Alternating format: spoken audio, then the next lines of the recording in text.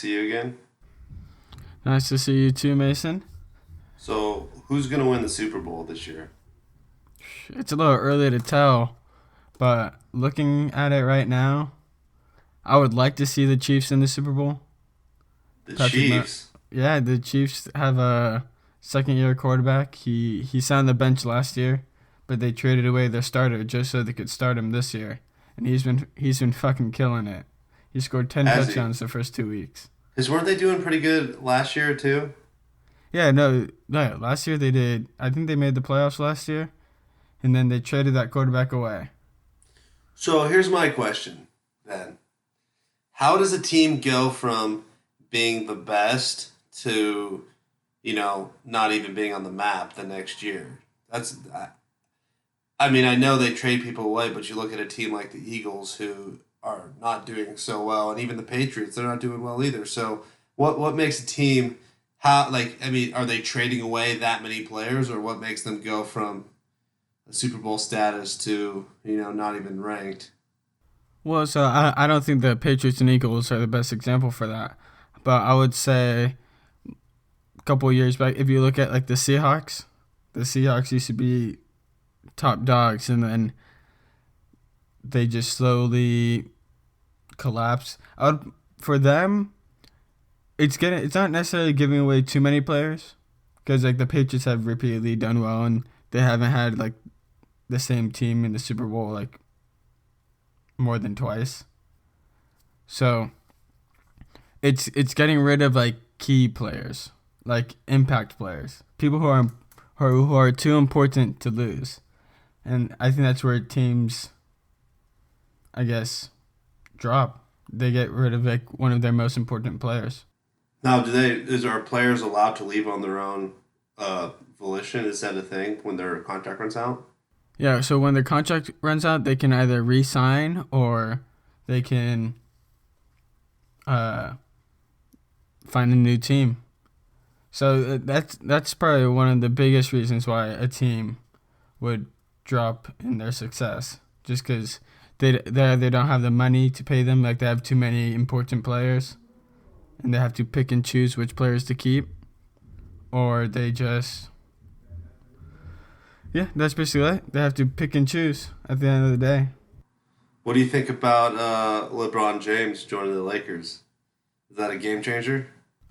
I when Before he joined the Lakers, if the Lakers would have gotten somebody else, not just LeBron James, like I don't think LeBron James would be in the finals. He's been in the finals since the there's third graders who haven't seen anyone else in the finals except for LeBron James, and this will be the first year just because it's just LeBron James on that team. There's a couple young guys, but other than that, Golden Well, State's too the good.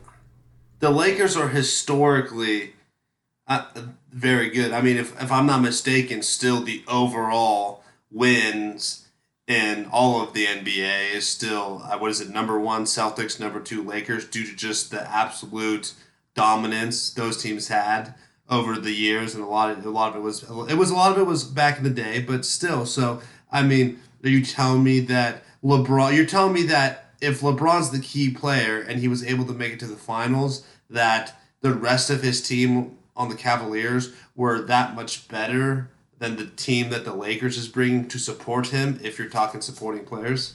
All right, so basically, last year's Cavaliers team is better than this year's Lakers team, and the Cavaliers got smoked by the Golden State Warriors, which they're both in the West now. LeBron's in the West with the Golden State. The Rockets are in the West too. They have Chris Paul and James Harden. He's gonna have a lot tougher road than he did in the East. I don't think he'll make it to the finals. I think Lakers will have a winning season, which will be the first in like 3 years. I think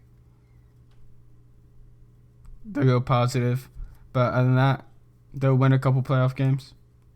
Where did the Golden State Warriors even come from? I'll be honest, I never even heard of that. I didn't even know it was a thing. And then all of a sudden it was like, oh, Steph Curry and the Golden State is unbeatable. How did a team that I didn't even know existed all of a sudden be so dominant? So I think it was just because uh, they had a team where at first they were just a bunch of like above average mediocre players like around that range, but they worked so well together where they were just massively successful. And then to add to that, they signed Kevin Durant, so they became almost unbeatable. Is Kevin Durant that good?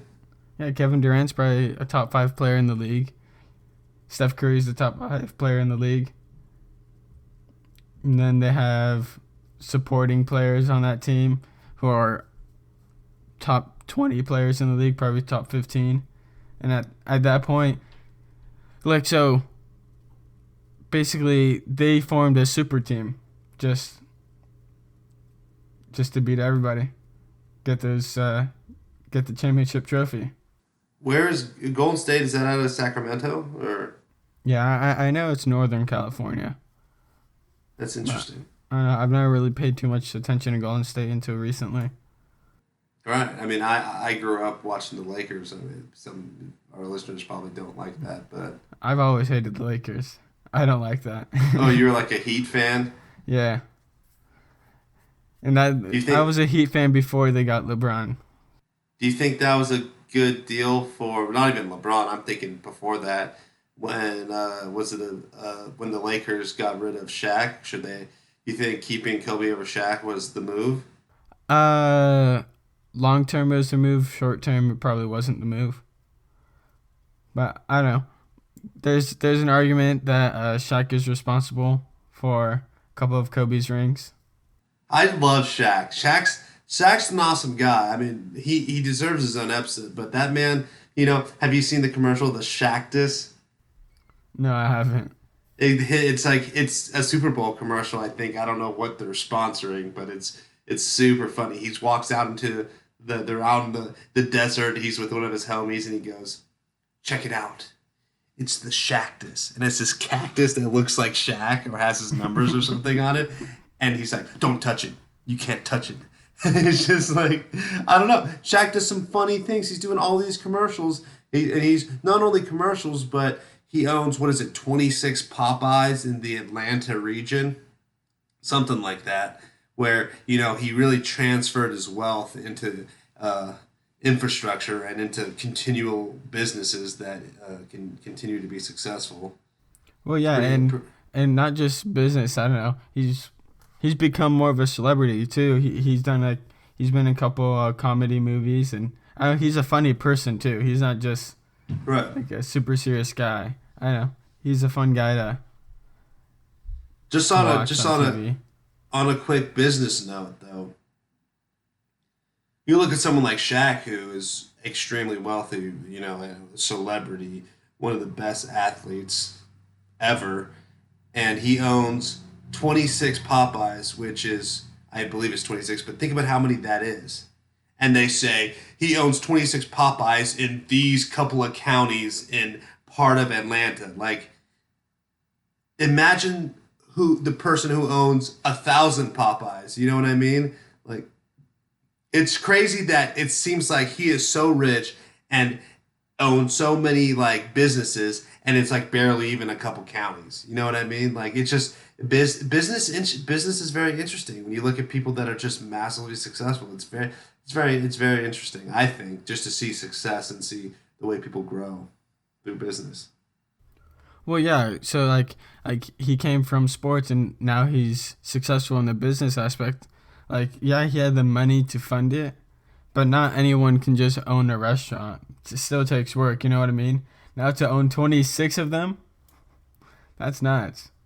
Right, he's definitely intelligent, and it's a key to being well rounded. But it's also, when you think about someone being an athlete, you gotta, how many people waste their money just living it up because, unfortunately, and I'm not going to say it's a factual thing because you'll see people like we talked about in our one of our last episodes where you definitely can be both and you should be both.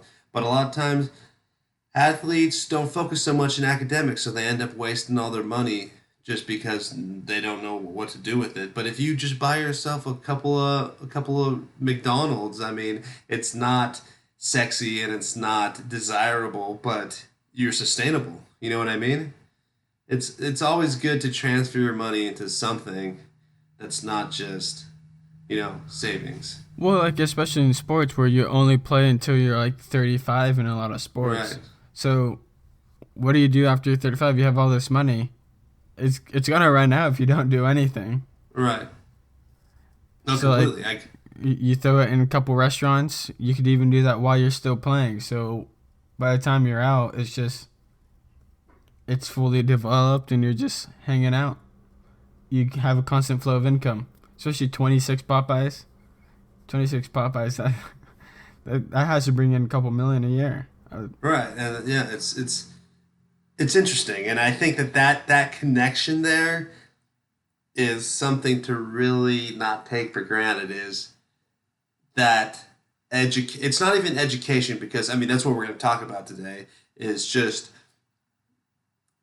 how to the intricacies of business, the intricacies of setting yourself up, where it's not an incredible investment, it's not way difficult, but if you do it right and you do it smart, you can definitely set yourself up for success. And it's a mindset, and we're going to talk about it because I mean, one of the things that I've noticed, Nick, is as we continue to grow our businesses and we continue to learn and develop ourselves, is you see how in line we are with other people, and that's one of the biggest things. Is it's not those motivational speakers, it's not the people who are claiming to be a guru of business, a guru of success, a guru of money making, but just to see in line with people who their actions speak for themselves, people who are just naturally successful. And when you look at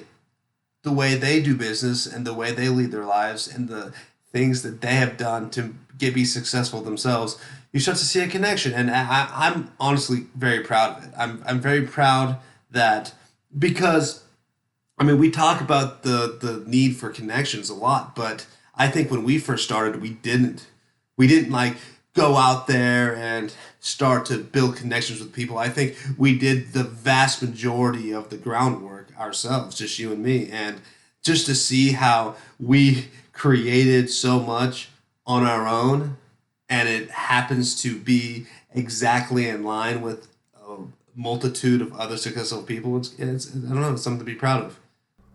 Yeah, well, yeah, I think we talked about it. I think last week where I saw something on Facebook, and it's someone who has like I think a million followers or something, and they posted something similar that we've said on the show before, and I'm like, we came up with that, just us two, just talking, researching, thinking, Right. just keeping our mind running. And then you see this successful person posting the same thing or like saying the same stuff, and I think it just shows how anyone can get to the same ideas and be successful. At the end of the day, it's the same basic concept. It's just you have to put in the work to do it. Right. And that's another thing, though, is to show that it's a mindset and it's a switch to be flipped. It's a proactive personality. It's not just, well, let me just study this person and read their book and then I'm just going to copy what they're doing verbatim, because that's not the way it works. You don't just go and replicate someone else's exact success. What you do is you learn, and you learn from all these people and you teach yourself the process, and then you flip the switch and then you do it on your own. It's like where they say you can give a man a fish and he's satisfied for a day. You teach him the fish and he eats forever and just eats nothing but sashimi for the rest of his life or whatever. But you know what I mean, though. It's a kind of a trivial saying, but it holds weight. You can go and you can try to just replicate verbatim what someone else has done, or you can look deeper and realize that it's not just what did this person do to be successful. I need to do the same thing, and it's more of how did he do it? What was his thought process? What was his effort level? What was his thought process? What was he doing? What kind of ideas was he creating, or she? How did they balance relationships, friendships, and business uh, relationships to plan and create this lifestyle, this network of success that brought them to where they are. You know what I mean? And that's definitely what we've done. And we're starting to see the snowball effect. It's just what you have to transform yourself from being somebody who is complacent to somebody who is driving to be successful. And Well, then yeah. Well, like, something we do on this show is like we're not telling people the idea is to be successful. We're not telling people some like great thing, a get rich quick thing. It's more like we're giving you guidelines, and then the the guidelines are just what keeps you on the right path. Everything else to get there is on your own. You have to come up with your ideas. You have to put in your work. You have to have that mindset. right. Well, the forefront of our entire philosophy starts with what's your personal definition of success, and once you define that on your own, that's where the work begins. It's funny because you see all these people who are like, well, here's the 3 tips to being a real estate magnate, and pay me $100 and I'll teach you. And it's wild because you see it everywhere, and it's like, all right, you're just trying to make money. You're trying to have someone pay you to teach them how to be successful. That's not the way it is, because everyone's going to be different. So it's honestly a ripoff, because what you can learn from one Milton Friedman book is vastly more useful than what you can learn from these people who charge you thousands of dollars to teach you economics and business. And for those of you who don't know who Milton Friedman is, he's a interesting economist, and I don't know. You know who he is, Nick? Yeah, no. He's I don't know. He's one of the greater economics writers out there. He, I've learned a lot from reading Milton Friedman, but I would say at the end of the day, this show is more of like a philosophy, and philosophy is meant to guide you, not necessarily get you there. To get you there is all yourself. It's Right. all the little things like coming up with your idea, getting hard, doing the hard work, networking, knowing what you need to do, learning from people, finding a mentor. Right. No, definitely. And one of the things you can do is don't save your wealth. I think that that's one of the biggest things. Is a lot of people, they open IRAs, and they'll try to invest and say, well, if I put in $300 a month into this account when I'm 65, what I've saved up compounding plus my Social Security plus this and that, I'll have this amount of money, and then it'll last me this long. And they say, oh, and then when I can live a peaceful retirement where I'm never have to worry about money again. Well, my question is, what do you even need money for when you're 65? What do you do? Or what can you do? Can you swim? Maybe. Can you? I don't know. Like, can you? What I like to do, I like to snowboard, and I just like to think that when I'm 65, maybe, because I'll be practiced. But like most people, you can't just waste your time and your effort now in the hopes that one day you'll be free enough to and rich enough to pay for the dreams that you foregone earlier in your life. It doesn't make any sense. And when you talk about it money wise, yeah, you might have $1 million when you're 65, but I think that for every year that you save, the dollar is worth 10 times as much. So if you make $1 when you're 50, okay, it's worth $1. But if you make that same dollar when you're 30, I think it's worth 100 times as much money, because now you have that dollar there to spend while you're young, to spend on, maybe it's just something that you want to do personally, or maybe it's to give your kids or your family a better life. You know what I mean? It it doesn't have to be shallow, but at the same time, having money when you're 65 isn't going to benefit you. And then by the time you know it, you're going to end up, this country's going to end up having the what is the tax they want to implement, where the inheritance tax, where anything you saved up to give to your kids is going to be, taken by the government anyways. Yeah, the estate tax. Yeah. But yeah, that's Well, I thought it was funny that you mentioned like IRAs, and I remember this was a couple years ago. You were trying to get me all in on IRAs before we started this, before we even had this idea. You were pushing it hard. You're like, "Hey, dude, you got to get into this, man. When you're 65, you're gonna have like millions." Right. But then I realized why. So you're going to put all this money into there, and then we're going to have a financial recession again, which is expected every 10 years, and we're way overdue right now. Which, that's not to be pessimistic. Maybe we wait another 10 years. But at some point before we're 65, there's going to be another financial crisis, and what, you're going to lose it all? Why not invest that money in yourself, on your human capital, on your own business, to where it's not a 5% interest rate or a 3% interest rate or whatever it is. It's a exponential growth based on that business that is living and breathing and growing with your effort and your knowledge. Why not invest in that? And it's a proactive mindset that's kind of different for a lot of people. But I listened. I heard someone say once, even if you're going to, it said, first of all, you shouldn't pay anyone to invest your money for you. But even if you're going to do it, why would you not learn and read up on how to invest your money, so at least you can tell that they're doing it right? You know what I mean? And then at that point, if you already are knowledgeable enough to double check the person that you're paying to play with your money for you, you might as well just do it on your own.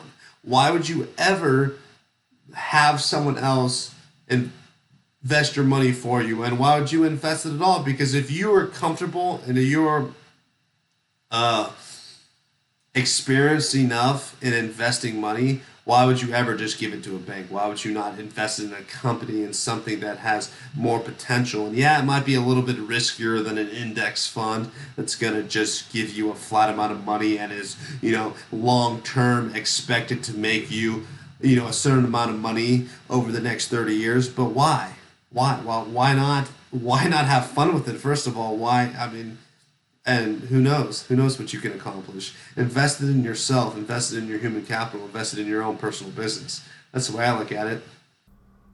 Well, like one of the best ways to not have to wait till you're 65 to be rich is owning your own business. So like, whatever you're doing right now, like whatever your job is, and you're just slaving away at your job and then getting ready for your retirement 25 years away, and you retire, be comfortable. Or you could be the one who is proactive, take the risk. For example, engineering. If you're an engineer, you work for somebody. Engineers make good money. I would just say like $100,000 a year. You make $100,000 a year. You get comfortable. You retire at 65, and you just hang out there. Or you can take the risk, try to make way more than $100,000 a year by employing other engineers. You already know how engineering works. You already know the steps it does to be successful in engineering. You just gotta learn how to transition your skills over. Right. It's learning how to monetize your skills is what it is. Because, I mean, we talk about it literally every episode. You have to take advantage of the knowledge and skills you already have. That's where you're going to make your money. And you can learn new skills along the way, but if you already have an interest and you already have a skill set, and you already have a set of knowledge that is something that you're good at, you take advantage of it, use it. And if you're an engineer, why not start your own engineering company? If you're already a construction worker, start your own construction company. The only difference is how do you transition that skill set and monetize it on a bigger scheme. And you know, the biggest reason why people don't do it is because it's risky, because you have to take that chance to break free and be independent, and you don't have the security of that employer to protect you. It's you're out on your own. You're on your own. There's no one there but you. But you know what? If you're doing something that's truly in line with the skills you already have, is it even that big of a risk? You know what I mean? Because you already know the ins and outs of it all. So you can. I'm not going to say that failure is impossible, but failure could be impossible. Well, so like, if you work for someone else and you have the skill and you're doing that skill all the time, you know how that skill is supposed to work. You know how it's supposed to look. Now all you have to find out is how to manage the business side of it. You know what I mean? That's all you got to start learning how to do.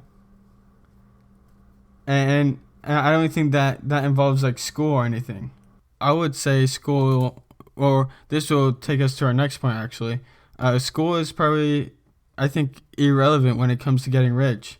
So like, school will help you make 95,000 instead of 35,000 a year, but it will teach you nothing on how to make $1 million or more in a year. Like, school is probably great for training your future employees. 100%. That's what it's for. It's to train the experts, and it's no skin off their back, but it's to train the people that are going to be using those skills in the business. But it's not for the person who's going to be, owning that business. And yep. Right. I mean,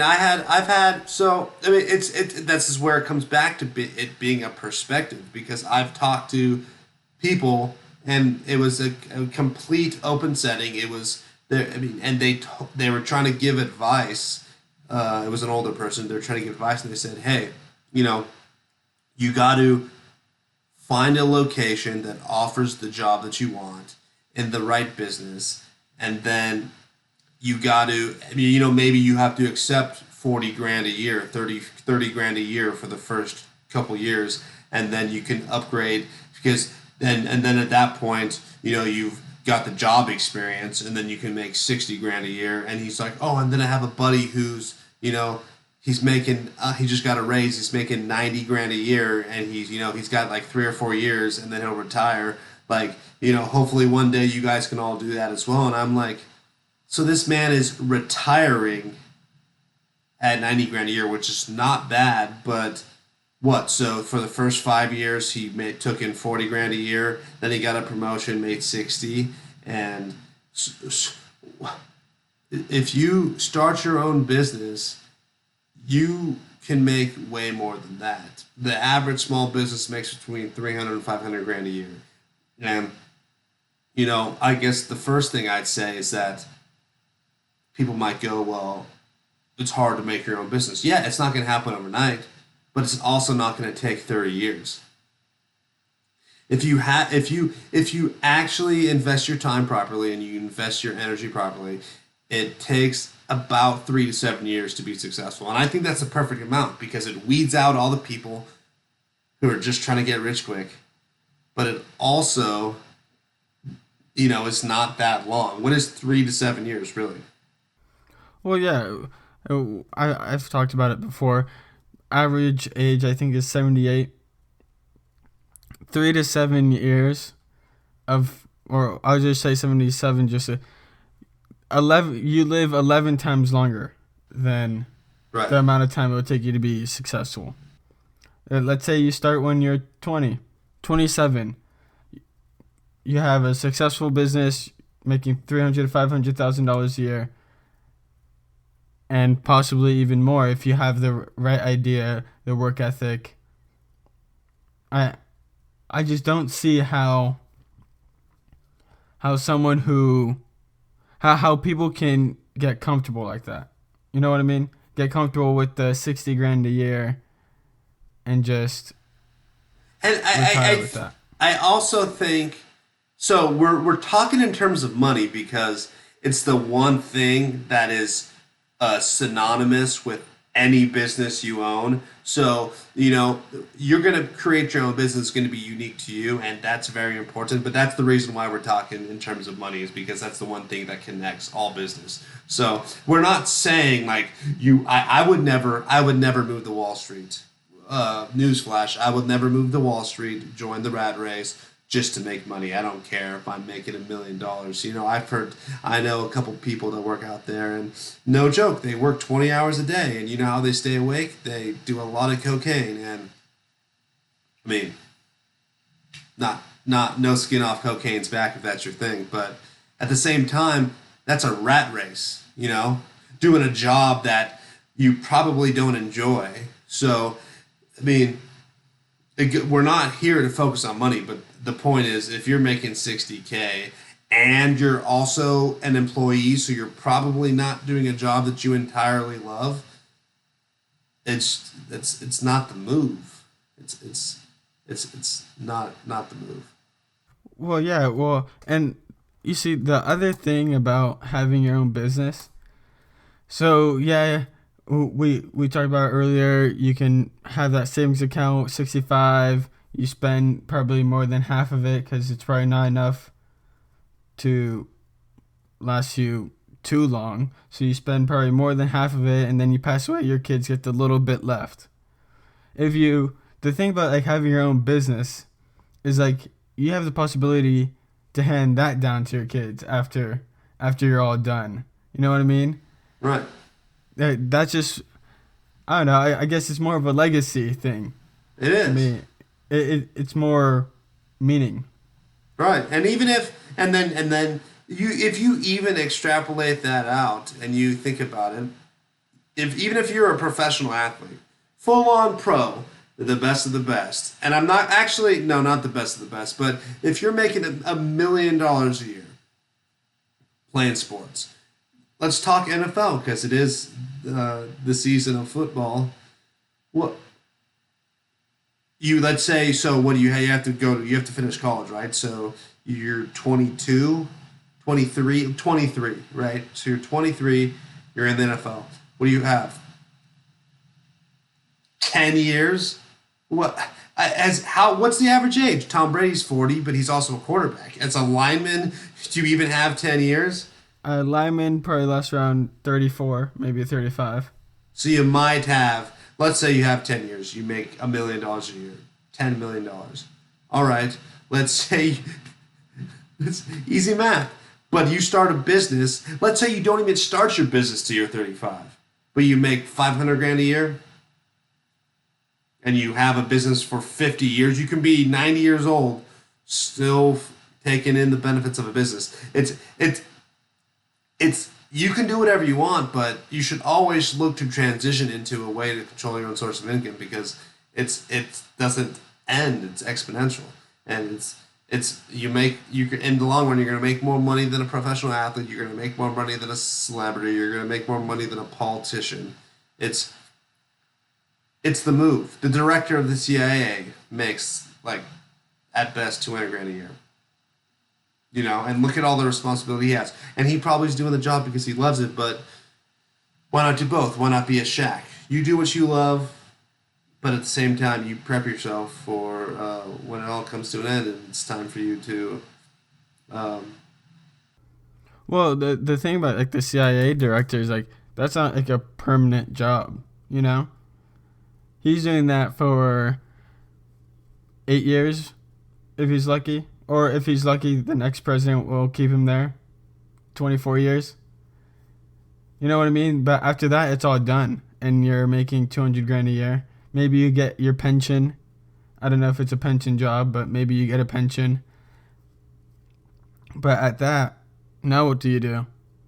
You know what I mean? It's back to the having that retirement where you may have enough money to live a comfortable retirement, but you can't really do much anymore because you've not wasted your whole life, but you've wasted a lot of time not doing things you enjoy. You know what I right. mean? Yeah. And it's all about finding a way to monetize your skills, and it's finding a way to build skills that point you in the right direction. You know, one of the things that gets me going is when you talk about this government work and you talk about people who did sacrifice and they did do a job that they enjoyed the job more than money. And there's an endless number of jobs where the job is better than the money, you know? Well, Or as I almost every firefighter would probably say that. right, or military is what I'm thinking. But then you look at these people who are at the top of their game. I mean, you even regular. They're just in the military. These people they go out there, they serve their country, and once again, I believe in personal responsibility. So I'm not going to say that they couldn't have done something, but at the same time, you see them they're a Rambo, to put it in movie terms. They're an absolute badass, and they get out and they're working some construction job because they didn't figure out how to monetize their skills. And yeah, it's not easy to monetize military skills, but what did you learn there? What's the transitional skills? What's the leadership skills, the work ethic skills, the organization skills? Find a way to change and monetize your skills, and it's very possible. You know, if you want to learn how to be a good cook and you want to learn how to make juicy steaks, join a barbecue club. You know what I mean? That's one of the things that I've always said I wanted to do is take a cooking class, because it's one of those things where, you know, that skill never leaves you. Once you can cook dank foods, you can always cook dank foods. But it's true. You're not going to learn how to do it unless you do that. And then, you know, if you want to get in shape, go join a workout group and start working out.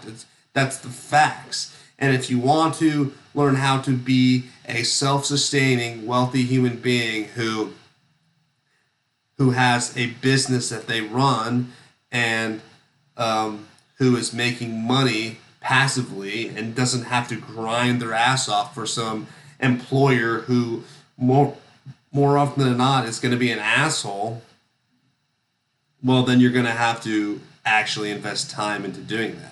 You're going to have to join a small business club. You're going to have to go to seminars. And I mean, that's the part. This is the crux of the argument here, is that how many of you have thought about that?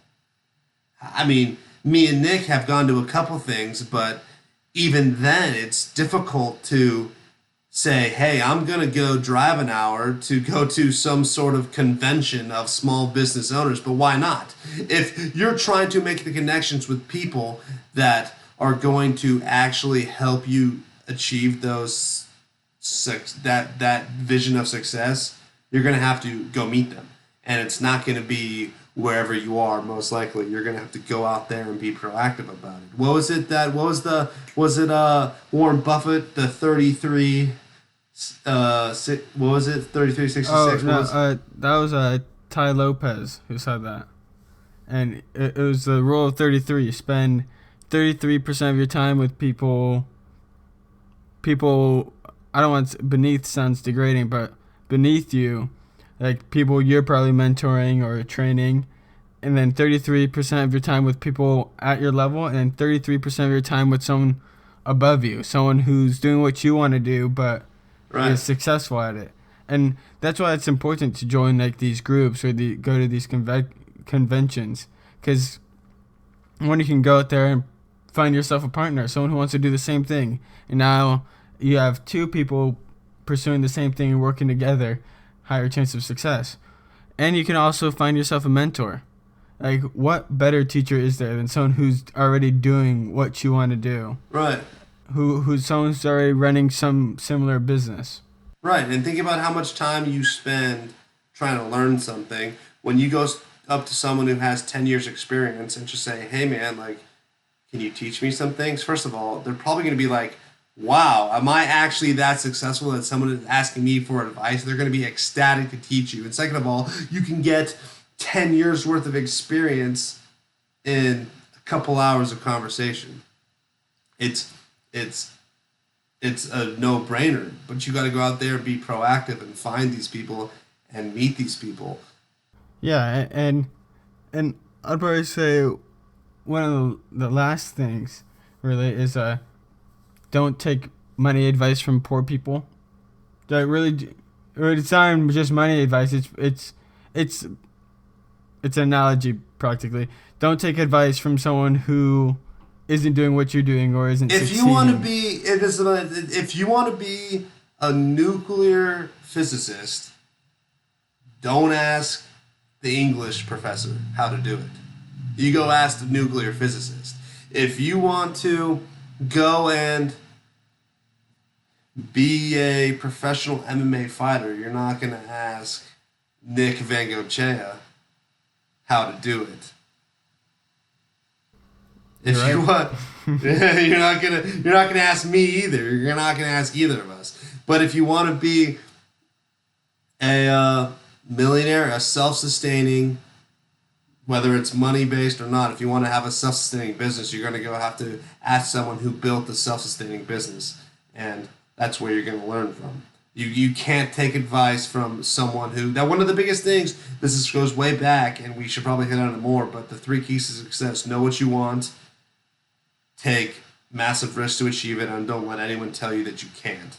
And that's the point. Don't listen to your mom who says, "Oh well, you can go get a nice job working at the pharmacy." Well, all right, that's good, but what I mean, I totally made that up. That was kind of, but you know what I mean. Don't listen. Don't, I mean, it's don't listen to I mean, family is one of the biggest ones. It's difficult, but because they have a vision for you, and it's not a negative thing if you start to really get into the nitty gritty of it. But what does a parent want? They want to create a better version of themselves. Is that not what you want as a parent? You want to be like, hey, why would you not promote them being you? And that's what my dad did that. I'm sure your dad has done that too, or your mom. It's, hey, this is what I did. It was a great path, and I'm not going to say that my dad hasn't won, because my dad is an absolute winner and he's absolutely loving life.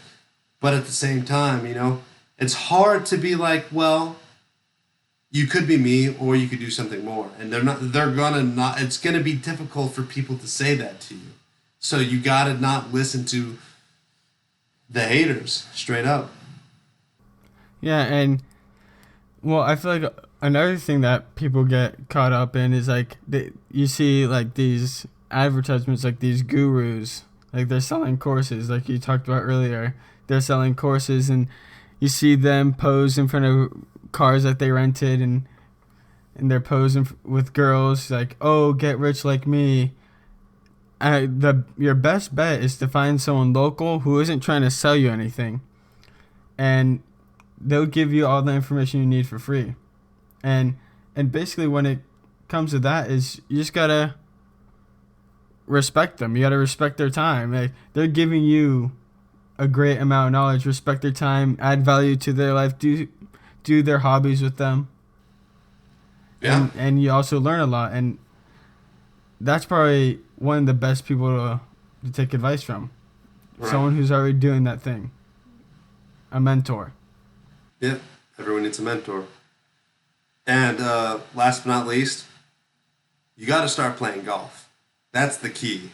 Golf is there's more business deals made on the golf course than there is anywhere else. I'm telling you that. And then you know what? If you're good at golf, you go do a business deal on the course and you beat them. How are they going to deny you the business deal when you just beat them on the Well, course? unless if you can tell that they're the type of person who would be upset if you beat them, so you let them win just barely. Hey, it's possible. But I don't know. Mason's been pushing me to play golf a lot You lately. you got it's first of all it's fun. Second of all, you can you're allowed to drink and drive, which I never support that, but you're in a golf cart, having a couple beers, working on your skill, your game, which by the way, you're never going to be too old to golf. So, and it's fun. It's a good thing to do, and a lot of business. I mean, the facts are a lot of businesses don't own a golf course, so it's not a bad skill.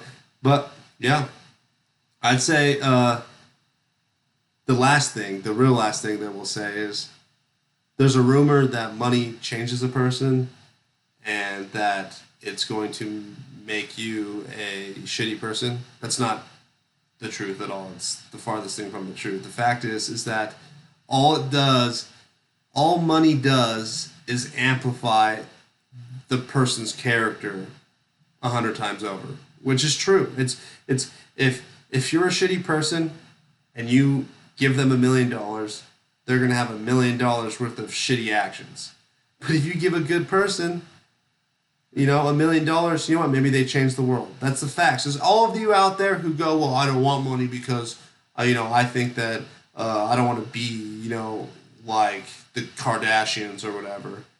All right, fine. So you tell me if I give you $1 million right now, you're going to become that person that you don't want to become. No, the fact is that's not the case. It's just going to magnify the person that you are. So don't be afraid of success and don't use, the temptation of greed to um, limit the effort you put in to create an independent life. Because what's going to happen is all of you that think that way, when you do become successful, you're going to end up being a great person that helps other people achieve their dreams and, does a lot of good things for the world. So at the end of the day, it's a win-win.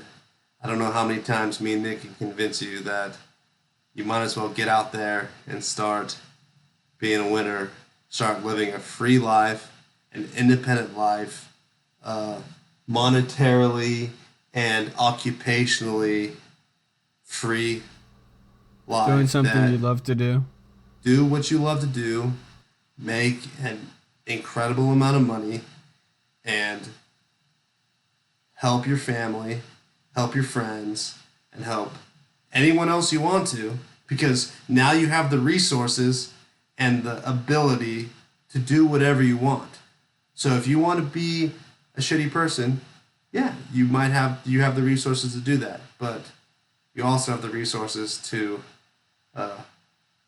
change the world, like Batman. It's true. You could be the next Batman. You never know. We're not saying it's okay to dress up and fight crime, by the way. Unless that's your thing. I don't know. I don't judge. That's what makes you personal free. And that's the point, though. If you achieve ultimate success, you can do whatever you want. So it doesn't matter what Nick's advice is. You're going to do what you want when you want. And, for me, I want to help people. So it doesn't matter how successful I become. I'm going to constantly be trying to do things that benefit myself, my family, and the people around me. And I think that most of you will too. But yeah, that's all we got for today. I'd say, finally, the last thing is you guys go check out me and Nick's hobby. It's a business? Yeah. So it's got a very similar message to, it's White Bear. We talked about it, I think, once before, but it's got a very similar message to Freedom Empowered, but it's not about changing your life. It's just about helping you take your hobbies to the next level. So it's nothing, once you've achieved success or whatever it is, because it doesn't cost a lot of money, but if you guys are just trying to create a little bit more excitement in your life, nothing to do with being successful, and just get a new hobby, take your hobby to the next level, get out of your comfort zone when it comes to having fun and exploring life, you should check out White Bear. It's whtbear.com. We have a Facebook page. We have all the same things we have for Freedom Empowered. And it's definitely a good deal. We post a lot and talk a lot about outdoors, whether it's snowboarding, surfing, or hiking. And there's going to be many more to come. It's just the next leg. It's like the brainchild of Freedom Empowered. It's for the people who just want a little bit more excitement out of life. Go there, check it out, and that's where we'll have fun. We come to Freedom and Power to learn. You go to White Bear to have a good time and just explore a little more out of life. But yeah, check it out, whtbear.com, and join the family. Me and Nick are going to continue doing what we love, and we're going to help you guys out along the way. But yeah, thanks for listening. Talk to you next time.